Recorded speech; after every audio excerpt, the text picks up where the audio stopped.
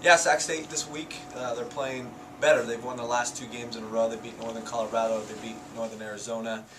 To Northern Arizona's defense, though, they had 2 starters that weren't playing in that game. But I imagine that Sac State is feeling pretty good about themselves right now, and with their style of play, it can be a little crazy, it can be a little scary.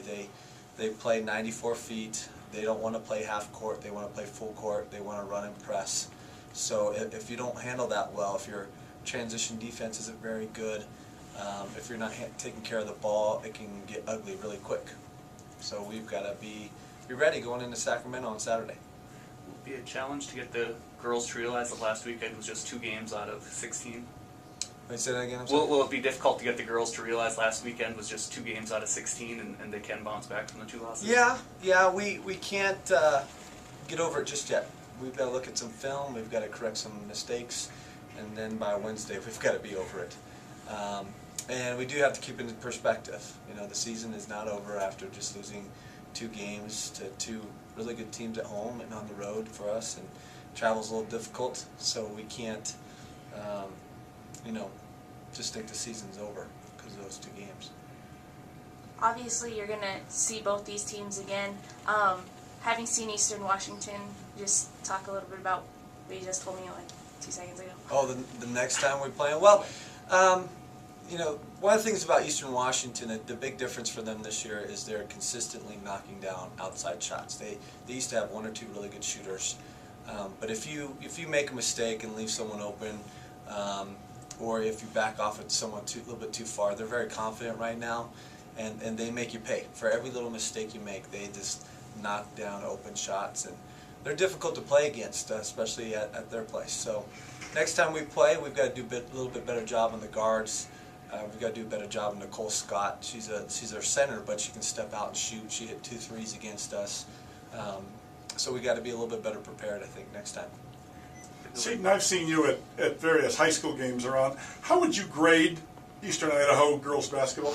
I would grade it as very solid, very solid. You don't see a whole lot of McDonald's All-Americans coming out of Eastern Idaho, but there's definitely some good players, and one of which we've signed for next year, and we look forward to having her on our team. Is there enough talent that you will start recruiting this area? We do recruit this area, but I don't know if we're fortunate enough to have enough Division I talent in this area to fill our roster. And now, how big of a disadvantage was it having to start 2-5-5 guards in the backcourt this weekend? It's tough from the standpoint of people being able to shoot over you. If someone wants to get really aggressive with their rebounding, they're a little bit bigger, stronger. They've got a longer reach. So it is a challenge. We definitely miss not having Chelsea out there. Someone who's a little bit taller, a little bit more muscular. But on the flip side of that, you have 2 guards who can really pressure the ball when you want to. They're both quick and athletic, and they can get after people. And what do you tell the team when you go to practice today? Well, we're going to start with a lot of film. We're going to look at the last 2 games. We've got to improve with our offense. I felt like defensively we did a good enough job against Portland State that we could, win. We've just got to get more people being a threat. We've got, Juana's looking to score, and you've got Andrea Vitabeck, and then you've got 3 other people who are running an offense just to run an offense.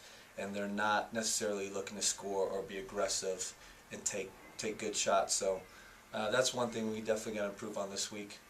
We got to improve on our post defense as well. With that said, how big is it that Morgan was able to come back and give you some minutes? It's exciting. When she played against Portland State, it was a little too late. But it was nice to see her out there in action, knocking down open shots. She hit her first 3 shots, scored 8 points in 4 minutes. So it gets you excited that maybe she's slowly getting to a place where she can play more and more and more, and fatigue isn't as big an issue. Anything else for Seton? Nope.